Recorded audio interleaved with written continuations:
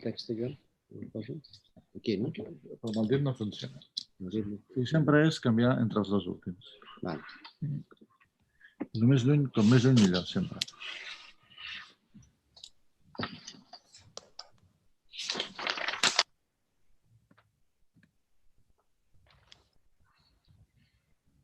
The moderator is Mr. Vass, Robert Vass, President of the Recommitment.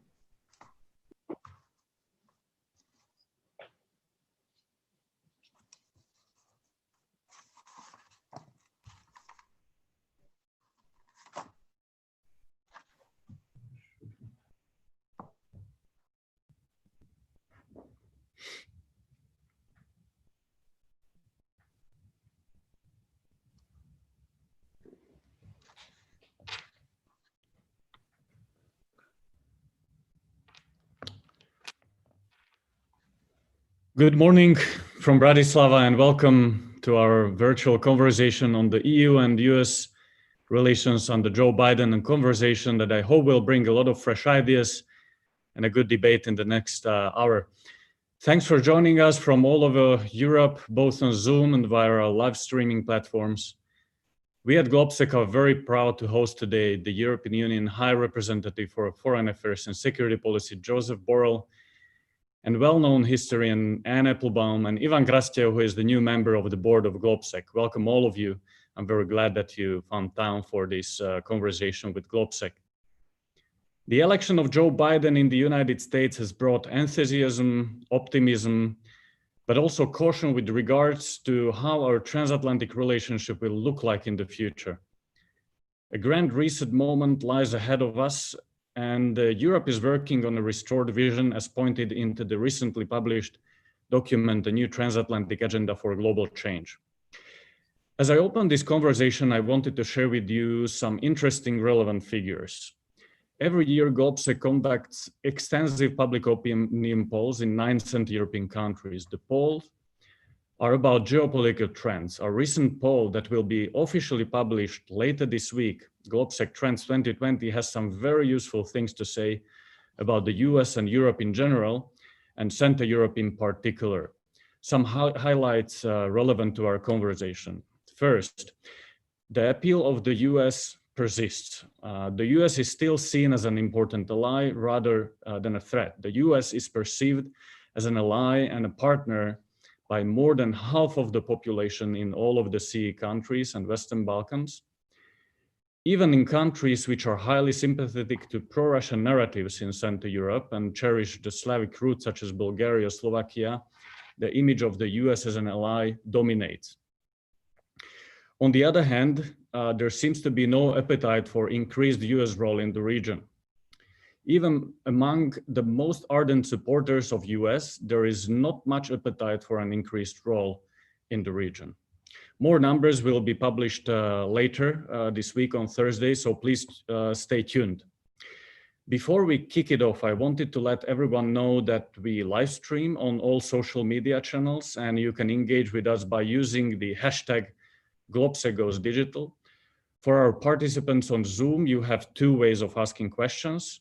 Either you use the Q&A function or raise your hand, and we'll bring you into the screen to address the question directly to one of our speakers. So let me open the discussion with a question. And we had recently Central European Chateau Bella Forum over the weekend, where we discussed a lot about the transatlantic relations and the new US administration. And the participants have agreed that this is the window of opportunity for EU to act. All believe that this time the ball is on the European field. Europe does not have the luxury now to sit on our laurels anymore, passively waiting for initiatives coming from any administration from the US. It will have to be us this time to propose new ideas, as the Biden administration will have many other priorities and concerns. So, Mr. Borrell, do you agree with this statement? And what is Europe's vision for the transatlantic relationship moving forward? Are we looking at a grand reset or returning to an Obama-era nostalgia? Mr. Borrell, the floor is yours for the starting points. Well, thank you. Thank you for organizing this. It seems that every day in Brussels, we have another discussion on how to repair and how to revive our relation with US. Looking forward to hear from Ivan and Anna on how they see what we can make the most of the new chapter. Indeed, we discussed this topic, exactly this topic, yesterday at the European Union Foreign Affairs Council. It was a positive discussion. You know that the Commission has proposed, together with the High Representative, an ambitious agenda for global change. Everybody in the Council agreed. Everybody wants to be proactive, to change the positive atmosphere into a concrete agenda, because it's what it's about. No, everybody's expecting a kind of a miracle. No, in Spanish we'll say el santo advenimiento. No, the saint has come. No, but let's see what's happening in terms. So let me go to some specific issues on priority. First, let's step back to some perspective. 2020 will be remembered for the academicians and for the historians for two events: the pandemic, which was completely unexpected, and the US elections that we knew they were going to take place. The first, it has been an accelerator of the history. Everybody agrees on that. And the second opens a chance, opens an opportunity to revive what should be a major axis of global politics, and allow me the sentence, to make multilateralism great again. It's an opportunity to go back to multilateralism, including the US. There is a basic truth of that. Neither Europe nor America will find a major partner that is more aligned and more powerful. I've been through rocky 4 years, but it's certainly a time for a fresh start. And we are so close to each other that we will not find another partner, a better partner. And the victory of Biden gives us the chance to make it happen. But I am strongly convinced that we will not always agree, and we don't have identical interests. That was not the case before Trump, and will not be the case under Biden. And there are good underlying reasons: demography, economics, political, why the historical trajectory of the US and Europe could well diverge. But we appreciate that at least for the next 4 years, there will be a US president who believes in partnership with democratic allies. The first condition is to believe on it. And we need it. And we should make the most of this opportunity. And should come not just with wishes and demands, but also with things to offer. When we talk about the strategic autonomy, well, it's a way of being more able, so being more not on demand, but on the supply side, having things to offer to this partnership. This is the philosophy of the joint communication, and it was echoed by a member state yesterday. In a way, the agenda writes itself: COVID-19, recovery, climate change, technology, trade, standards, strengthen democracy around the world. It's a big agenda, but it's quite clear the elements of the agenda. First, to face the consequences of the COVID, the economic recovery, to face climate change, and it's not going to be a vaccine for climate change. When climate change will be a reality, you will not be looking for a vaccine. The technology, there is a technological war, trade, standards, and democracy around the world. Well, given the limits of my portfolio, I have to focus on foreign security policy. Of course, we know that President Biden will have to focus on healing the internal divisions, which are enormous. I am very much surprised of the other day, I think it was Prospect, on the front page of Prospect, the new American Civil War. He may lack a majority in the Senate, plus a large amount of polarization in US society. But he wants to work with allies and believes in partnership. So let me underline 3 points. First, the US role in European security is still indispensable. In spite of whatever we say, we are all agreed on this. At the same time, we Europeans, we need to look more after our own security and strengthen this autonomy, our defense capabilities and operations. I insist, becoming a stronger security actor, carrying more of the burden, especially in our neighborhood where the US are not being expected, is good for our partnership. I know that in think tank circles, people like to debate, mostly in abstract terms, whether we should go either European or transatlantic. The more you are European, the less transatlantic you are. It's a kind of a communication branches of water. Well, I think it's distraction. For me, to be European, to be in favor of a strong European integration, and to be transatlantic, to be in favor of a strong transatlantic partnership, are the same coin, the two faces of the same coin. This is also why we should continue with our work on strategic autonomy.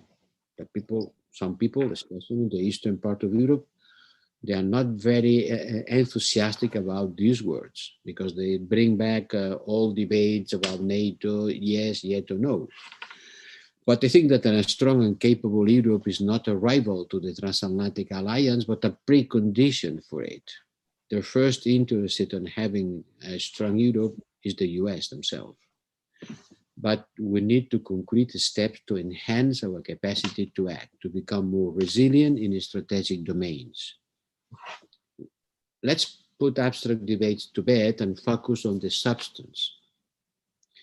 Regarding European security, we must bring the whole Western Balkan into Euro-Atlantic structures. To support Ukrainian sovereignty and reform, not only sovereignty, develop a robust and consistent approach to Russia, not just the 5 principles, which at the end are quite common sense, and prevent a further drifting away by Turkey. And for that, next European Union Council should be important. Let's see. Second, we all know that the rise and assertiveness of China is shaping the global landscape.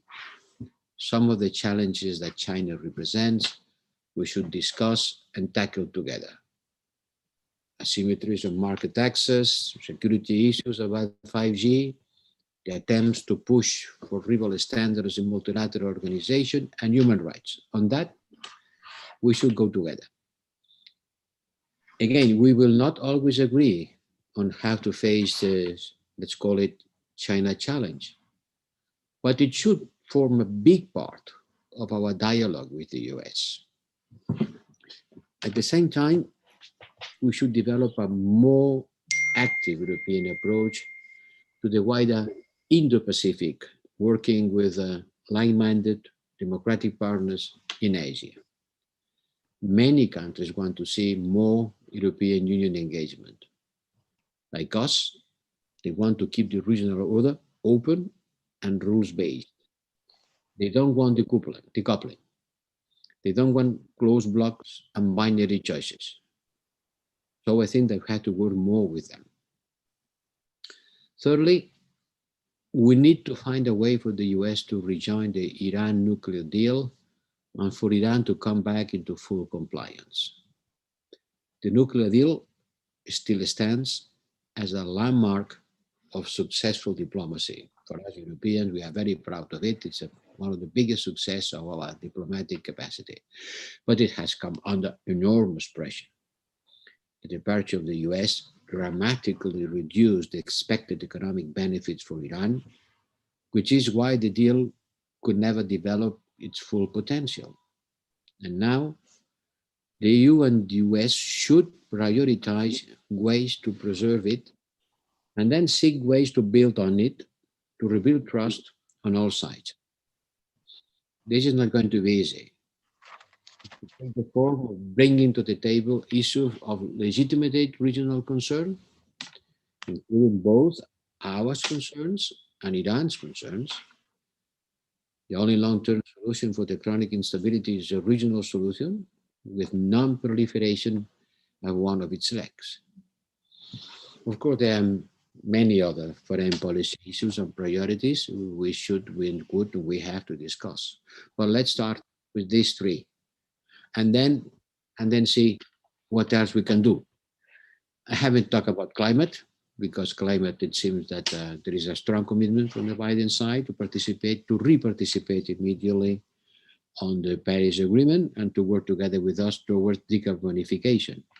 But maybe we are not aware, all of us, of the strong geopolitical consequences of the fight against climate change. It will change the terms of power, it will change the wealth of the nations, and so will raise important geopolitical fight. But by the time being on this issue, it seems that we agree. So let's go forward. And let's also go forward to the debate. Thank you. Thank you very much for your attention.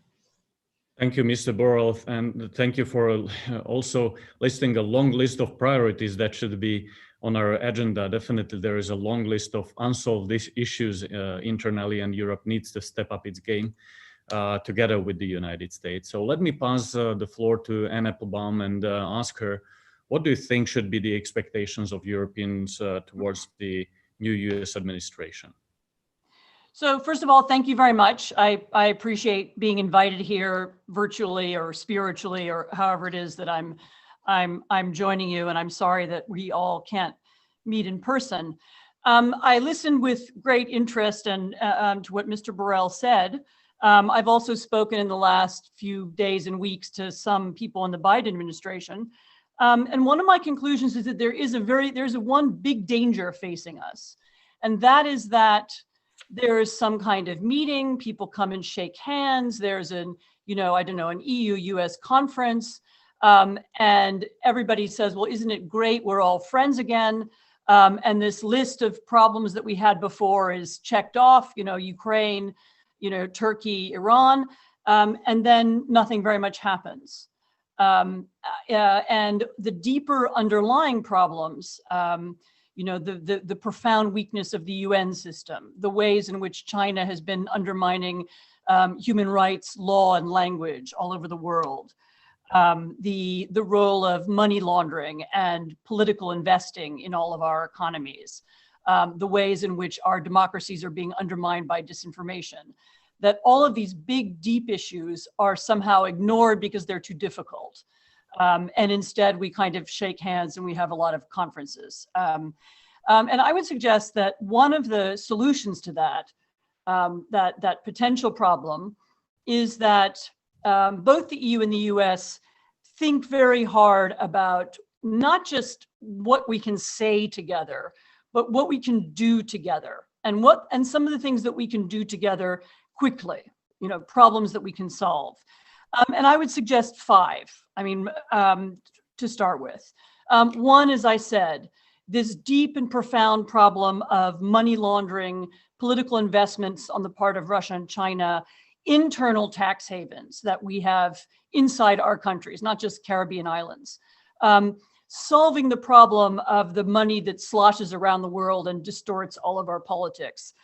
That's something that the EU and US could do together. It would immediately affect all of our democracies. It's one of those issues that crosses both foreign and domestic policy. But it seems to me that it's something that even Mr. Borrell could get behind.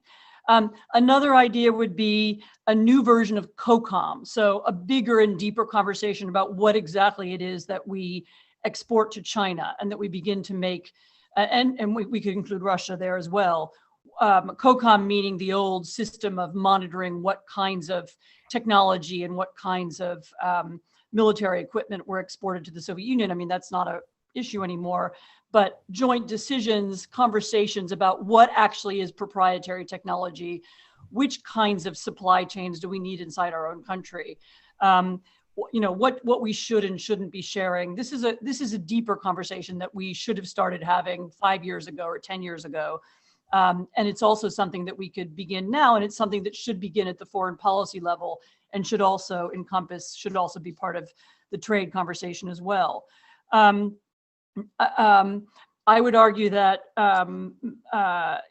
one other issue that requires a common solution, or at least the beginning of a conversation, is the question of how to regulate internet platforms, not just from an economic point of view, but also focusing harder on the issues of disinformation and the ways in which our democracies are being distorted by these big American companies. And there is some interest in doing this in this administration. There are going to be a lot of proposals made in the next few weeks and months, and it would be really interesting and important for Europe to be involved in that as well. On defense, and the Commission originally proposed 13 billion euros for defense in the 7-year budget, which was actually quite low. It's something like 2 billion a year. It's now, I think, going to be half of that. This was money that was just from military mobility to move equipment around Europe, NATO equipment mostly. Look, the EU is just not serious yet about having its own defense. It's not serious yet about having its own, its own command and control systems. We're not even really at the beginning of that conversation. And I think for Europe to be a serious partner for the US and to be prepared for the coming defense challenges in the immediate region, that also has to change. Finally, I would say, there is this language about recommitment to democracy. The US is saying it, the EU is saying it. And I would just be really curious to hear Mr. Borrell define what he thinks that means. Are there concrete policies we could have in places like Belarus? If we begin looking at the world through the lens of democracy, does that change how we think about Turkey? How does it affect Europe's immediate neighborhood? And is there common language? Are there common policies? Are there ways in which the EU and the US could work together? As I said, I'll stop here by saying, you're repeating what I began with, that there is a great danger that this kind of festival of happiness and joy that we finally have a decent US president again turns into a kind of blasé continuation of the present without any look for or any attempt to solve deeper problems. And if that happens, we could see, as I think Mr. Borrell was warning, a drift of the US away from Europe in years to come. We need to focus on problems that we can solve together, and they aren't always the obvious ones. Thank you. Thank you very much, Anne, for these very important points and very comprehensive list of priorities that we should focus on. Also to remind us that we need to manage the expectations, and we need to not only to be friends and have very nice hugs, but we need to do actions in more systemic and global agendas. So thank you very much for bringing this in. Let me turn to Ivan on joining the discussion and asking him what could particularly maybe Central European countries, but maybe Europe as such, do more in terms of reviving the transatlantic relationship.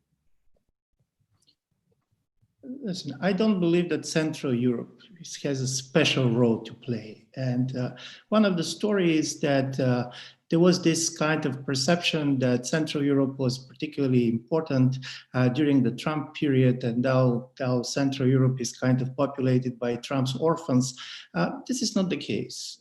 In a certain way, there's some governments which obviously are going to cry for President Trump. This is not where the public stands. And I very much agree with both Mr. Borrell and with Anne that there is an opportunity, there is also a danger. And part of the story is, if in these 4 years, and to be honest, if in these 2 years before the midterm elections, we're not going to show that transatlantic partnership can deliver something, this is going to be a much more profound crisis of the transatlantic relations than during the Trump period, because during the Trump period, you can wait for post-Trump. If basically Europeans and Americans cannot find a way to deliver during the Biden, then under whom you're going to do it?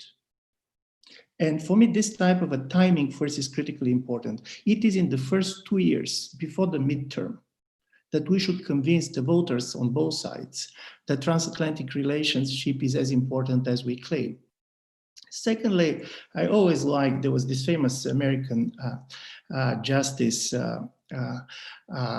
Holmes, who said that in the relations between two people, there are always 6 actors. First, how people perceive themselves. Secondly, how they perceived each other. And thirdly, how they're perceived by God. I don't know about God, but in a certain way, it's quite important to see how America looks at itself in this moment. And obviously, we're talking, as Mr. Borrell said, about very much polarized society, and President Biden is going to be constrained on many issues. Here is one of the opportunities. Paradoxically, probably for the American administration, if they want to try to regulate the high-tech companies, particularly the big American technology companies, something that also Anke have been recommending, it can come easier through the international cooperation with the European Union than domestically, particularly if the Democrats are not controlling the Senate. Also, on the European side, I do believe that Mr. Biden in Washington is going to make it much more difficult for some of Central European countries that recently fell in love with vetoing everything that they don't like, to understand that there are certain geopolitical dimensions. And I mean particularly Poland. By the way, this is one of the irony of history, that a country that was destroyed and partitioned by reckless veto kind of start to fall in love with the veto again. But I do believe from this point of view, the American factor could be a very important factor for the domestic consolidation in the European Union, because we also are polarized and divided. Not so much on the level of society, but obviously the institutional story makes it critically important. And thirdly, and here comes the problem of China, which is going on both sides. I believe we should be very careful. And I'm going to also quote some data from an unpublished study that ECFR is doing. And the story is the following. European public is not ready for many of the things that both European and American leaders are talking about China. On an open question, how Europe should behave in a case of the American-Chinese conflict, up to 65 of the Europeans in the surveyed countries said stayed neutral.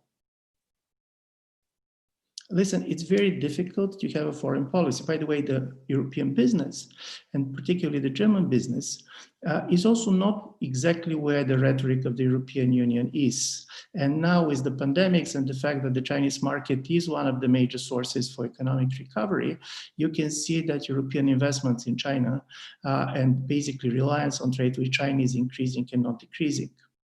So in my view, this is going to be one of the most important issues that we are going to face. And this is going to be a common policy with China on many things. And from this point of view, China of tomorrow is not China of yesterday. China is going to have a much more coercive policies. We used to talk about whom we're going to sanction. I'm sure that China is going to adopt sanctioning and kind of a very coercive trade policies of its own. And how to bring also the publics on both sides for a policy that is going to be very different than one that was before, in my view, is a critically important for all these conversations, because the relations between Europe and America are not simply conversation between leaders, and it's, by the way, not conversation between think tanks. This is also very much about domestic politics, and particularly domestic politics after the pandemic, where the government's exhausted and some of them are very unwilling to do anything unpopular. And for me, this is also something that we should discuss. What kind of a transatlantic policies are going to make the governments on both sides of the Atlantic much more self-confident and kind of a much more at ease with their political agenda? Otherwise, basically, we're going to stay very much on the level of conversations, Zoom or non-Zoom conversations. So probably I should stop here. Thank you, Ivan, for very, very interesting insights and inputs to the conversation. And I think there will be a lot of reactions on that. So I think we have something like half an hour for our discussions, and there are already some Q&As piling up in the Zoom. Before I open up for the conversation, let me just turn it back to Mr. Borrell for reactions and asking him as well. And I bring in again the conversation from our recent Chateaubela Strategic Forum, saying that the participants have agreed that Europe now has to be a little bit more transactional in transatlantic affairs. By saying transactional, I don't mean selfish or hostile.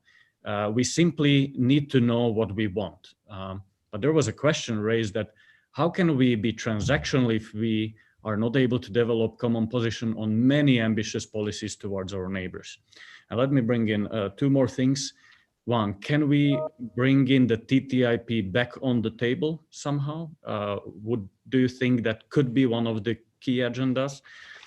And then also to Anne Applebaum and Ivan Krastev, to what extent do you think that the new US administration can help to overcome the divide in Europe that we are seeing currently on rule of law? To what extent the US factor can help us to unite on these things? Because we know that especially the US is very strong in relations to Poland, but also to Hungary. So what do you think this will have, what kind of factor this will create? Mr. Borrell. Well, for sure, we will have to have a lot of conversations at all levels. And I agree very much with this warning, take care not to shake hands and celebrate. And then in practical terms, the real problems remain because they are real. They were there before Trump, they will remain after Trump. And I think it's a very realistic warning. And I am very much aware of that apart from being more sympathetic with each other, which by the way, it will be a big improvement. No? Don't pay enough attention to the fact that the way we behave will open the door to agreements, because until now the door was closed, partially due to a psychological, clearly confrontational approach. Just to change it, it will be a very important thing. But it has to deliver on practical terms, and on many of them, and you have been mentioning, it's not sure that we will be working on the same side. And first, I have to recognize that one of the big problems that we have is that inside the European Union, there is a broad spectrum of attitude towards the transatlantic relations. And we are not sharing the same approaches. Yesterday, we had the Foreign Affairs Council, and it was clear from the beginning that when you talk about strategic autonomy, immediately it appears behind the doors. Well, for some member states, it's not even needed to talk about it, because with the transatlantic relations, that's enough. We don't need more. And we are very happy under the American umbrella from the point of view of security and defense. And any other thing, it's nothing relevant. And other member states really believe that we need to have a certain autonomous capacity of behaving by our own. And this wasn't the battle about the figures that you mentioned and on the effort for defense. Europeans continue not being serious on defense. Well, if you have a look at the budget of the European Union, well, no, because it has not been any kind of increase on the funding for a common defense policy. But then you have to go to the national budgets of defense. And there, the Trump effect is clear, because all member states with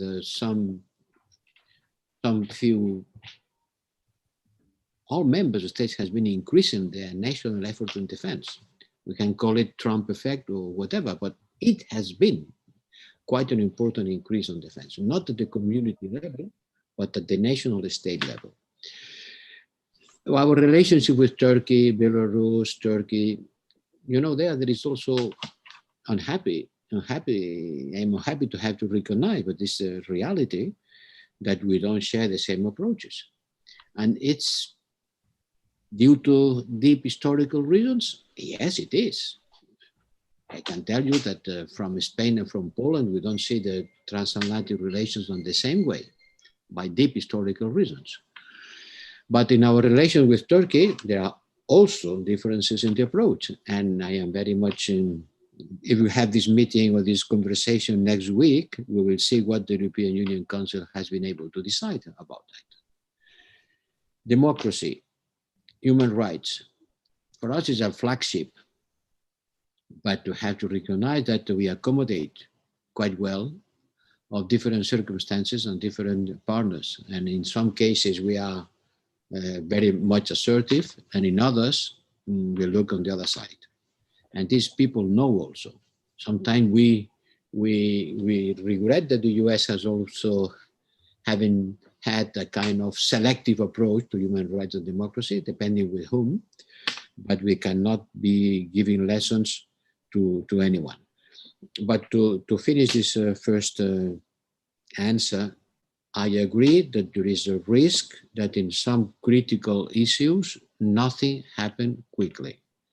And that's why at the Commission, and me too as High Representative, we took the first step and put on the table a call for action, a list of things in which we have to engage quickly, because maybe the Biden administration will be very much busy with internal issues and not pay enough attention to revive these relations that we Europeans, we are asking for, but it's not sure that our partner will be on the same approach.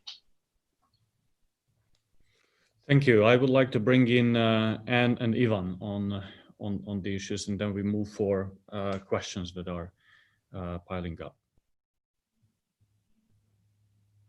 Anne, we don't hear you. You're muted.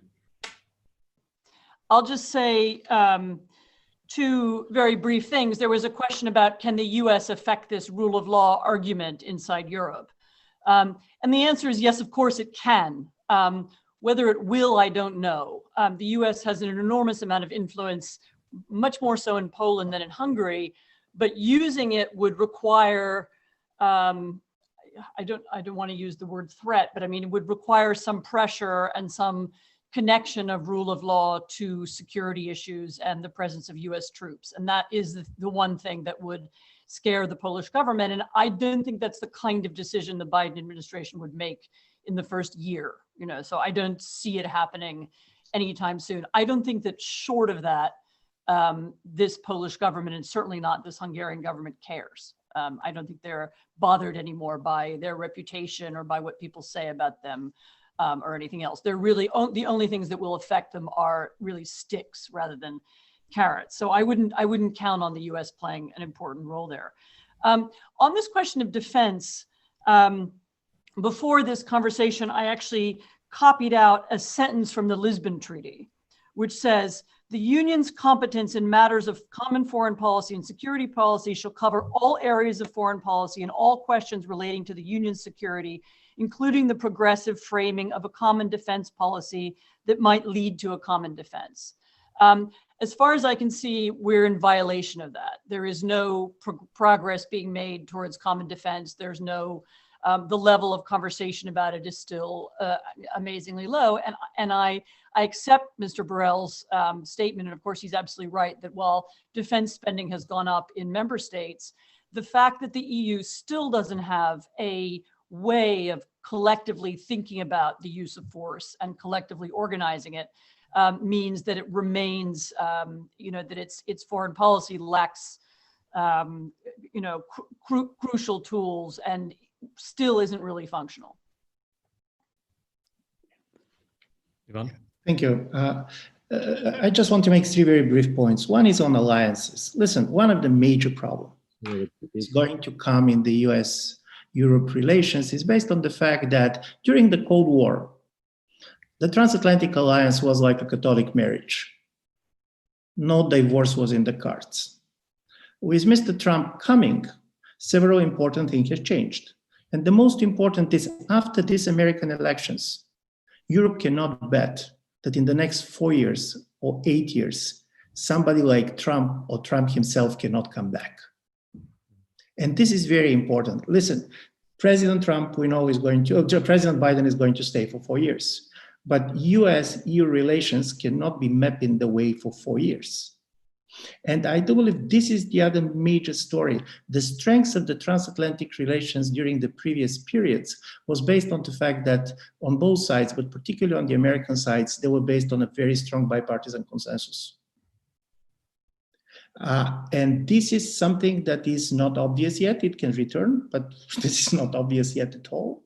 And I do believe one of the Europeans' strategic goals should be to have this type of bipartisan consensus. So while focusing on working with the Biden administration, I do believe it's quite important also for Europe to try to imagine that it is only this type of bipartisan consensus that make alliances sustainable.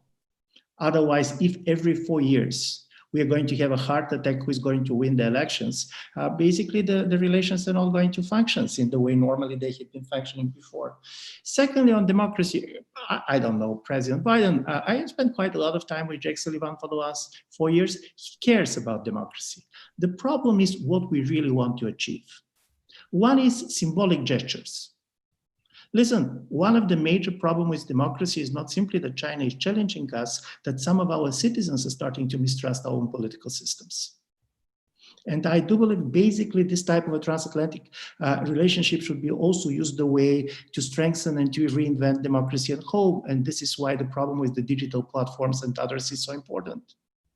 I'm really waiting for the misinformation wars around vaccines and vaccination. Then we are going to see how high mistrust can go. And the last issue, and this is very much which also was touched by Anne, listen, you cannot expect the United States and to come to Hungarians or the Poles. You should be better Europeans. And by the way, Hungary is in a totally different position than Poland. And Mr. Orban very strongly signaled that in the way Chancellor Merkel has been waiting for 4 years for Trump to go, he will try his best to wait for Mr. Biden to go. He talked about the moral imperialism of the Democratic Party of the United States. But I really very much agree that talk about democracy also has a security connotations. And also what is important, part of the difference between the US and EU is going to be based not simply on asymmetry of power and history, but on geography. In the American foreign policy, for example, both Russia and Turkey are part of the global kind of a vision, which is very much centered on China. For the Europeans, countries like Turkey and Russia comes much closer, and in a certain way are going to be much more important than for the United States. So I do believe it's critically important while we're talking about the common policies and possibility for common actions when it comes to China, when it comes to Turkey and Russia, and don't forget there is a lot of Turkish citizens in many of the EU member states. There is a lot of conflicts on the area that we should be also proactive.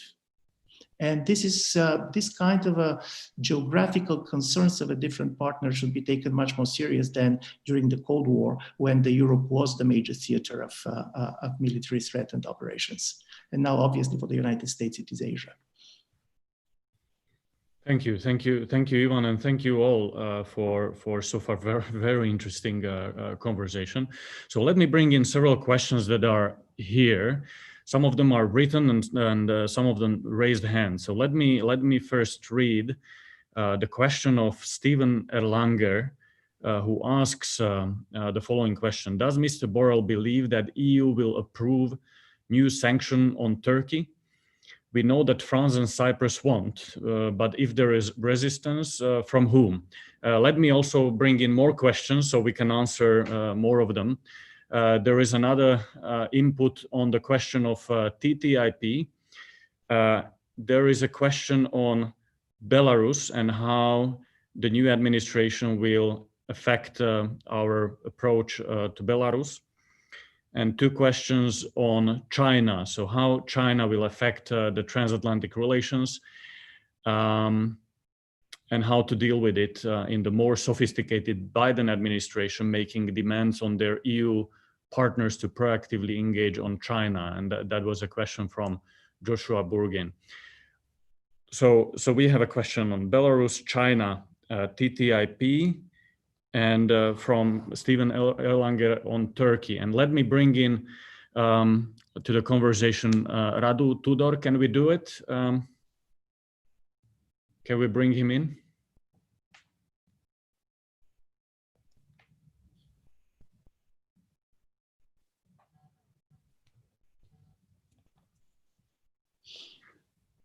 If not, then in the next round, and let us answer these questions.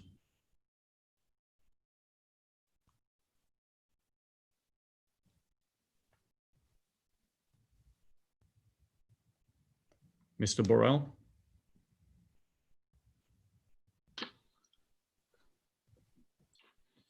I'm here. Do you hear me? Yes. Well, about sanctions on Turkey, there is not a secret that Cyprus has been asking for it, even linking it to the sanctions to Belarus and delaying the adoption of sanctions to Belarus. This has been already solved in the last European Union Council.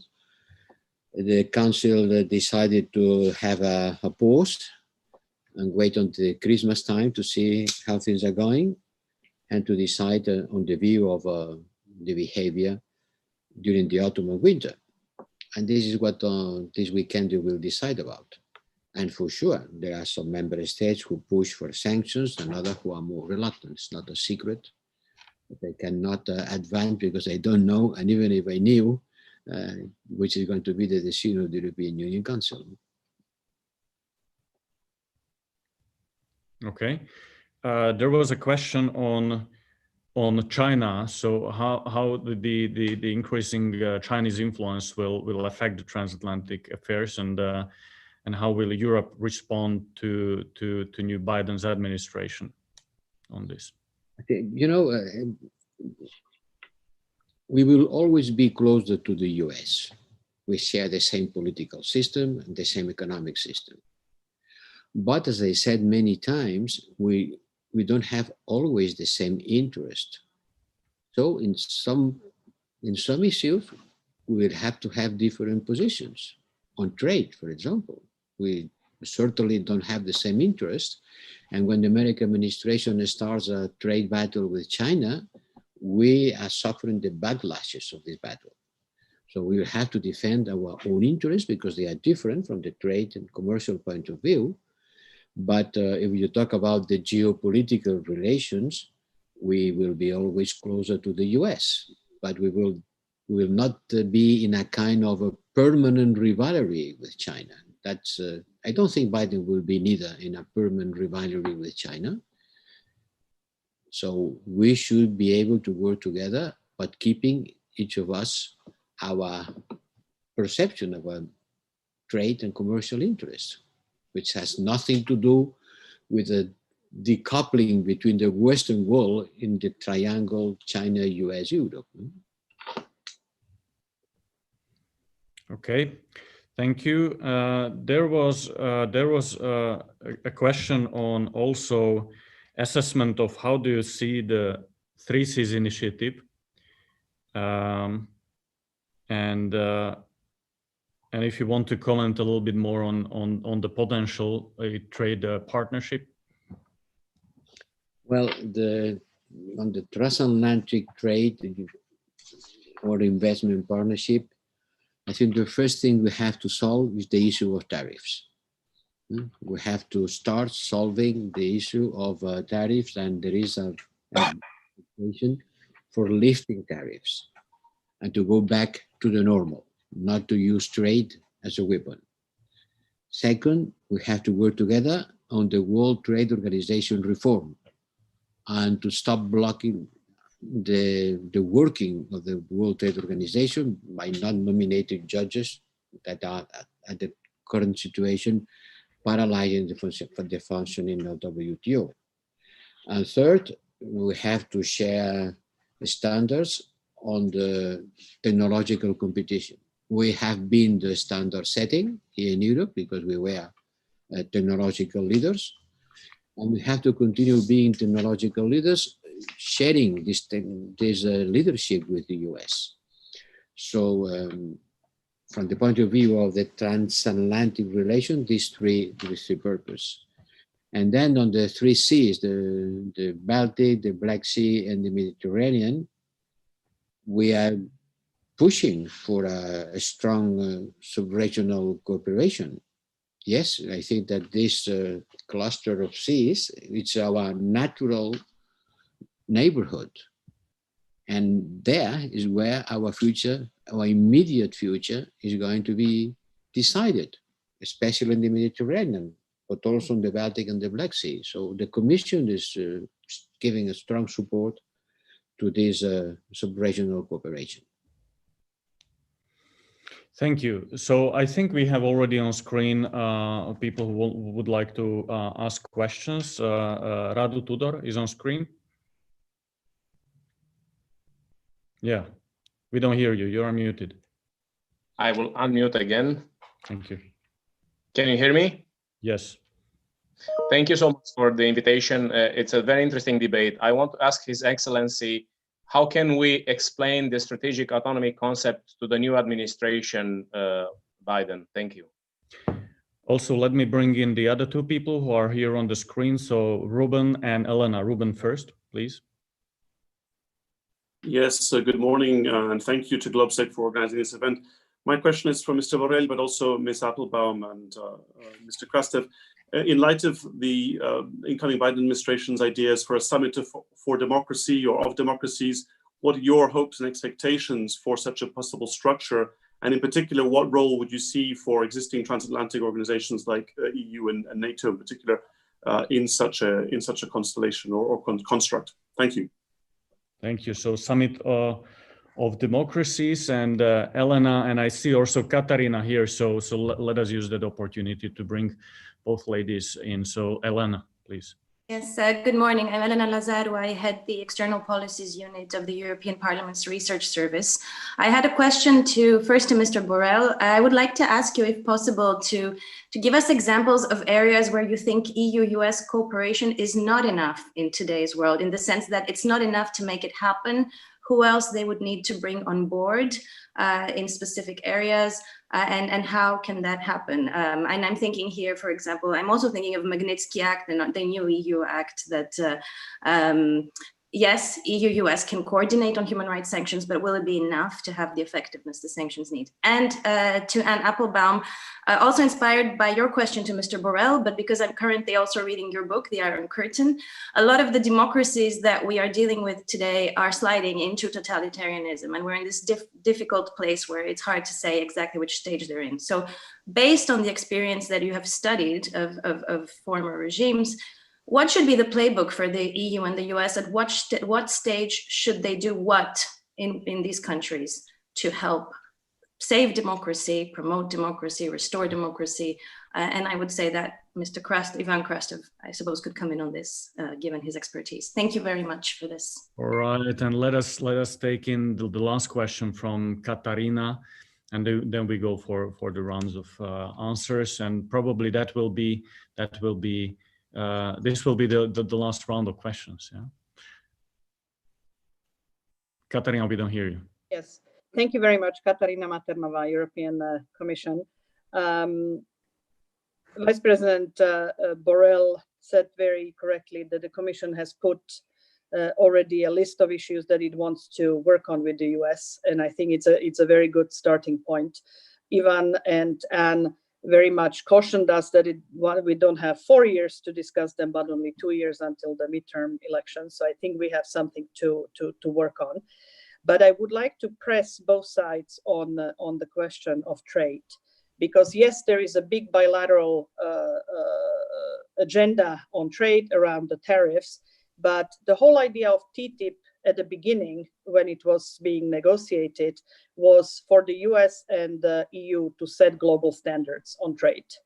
In the meantime, reality has shifted. We now have the largest trade grouping led by China in the Oceania and Asia. Do you think that there is, both Mr. Borrell and Anne and Ivan, do you think there is any hope that the Western alliance of EU and US could get back and realistically get its ambition rolling on setting global standards, or are we past that point? Thank you. Thank you very much. So we have something like 4 minutes, which is creating a pressure to answer so many questions. It's nearly impossible. I'm sure that Mr. Borrell will be able to tackle most of them. I am sorry, cannot stay longer. But look, we need to cooperate more with India, Japan, and Australia. The world is not just the European Union and US. There are other important people, other important states in the world, which are quite like-minded with the European Union, and we have to look more at Southeast Asia, ASEAN, for example. I have had these days association meeting with ASEAN, and there is an incredible amount of economic dynamism. There are vibrant societies and economies, and we have to engage more with them. No? And we don't have to forget that without China, there is not going to be a solution to the climate change issue. So cooperate more with US. Let's start by the Iran deal. Let's start by a very concrete thing. Let's start being, if we are able to cooperate and to go back to the previous agreement. And how would I explain what does it mean a strategic autonomy? First of all, there's nothing against the transatlantic partnership. It's a way of developing the capacities of the European Union in order to be able to react by our own when we have to react alone. And being better to partner when we go together. To be stronger, to answer our problems in our immediate vicinity, where we don't expect the US to intervene, and at the same time being able to share a partnership, bringing, apporting, giving more strength and more capability. And I think that everyone can understand that. If you get rid of the ideological prejudices, everybody can understand that grouping the capacities of the European Union member states with European institutions, developing Article 42 of the treaty that Anne has been mentioning, is good for the transatlantic relations. First thing to tell them is forget about any kind of enmity, any kind of willing to go apart. It's a matter of being more able to share a partnership.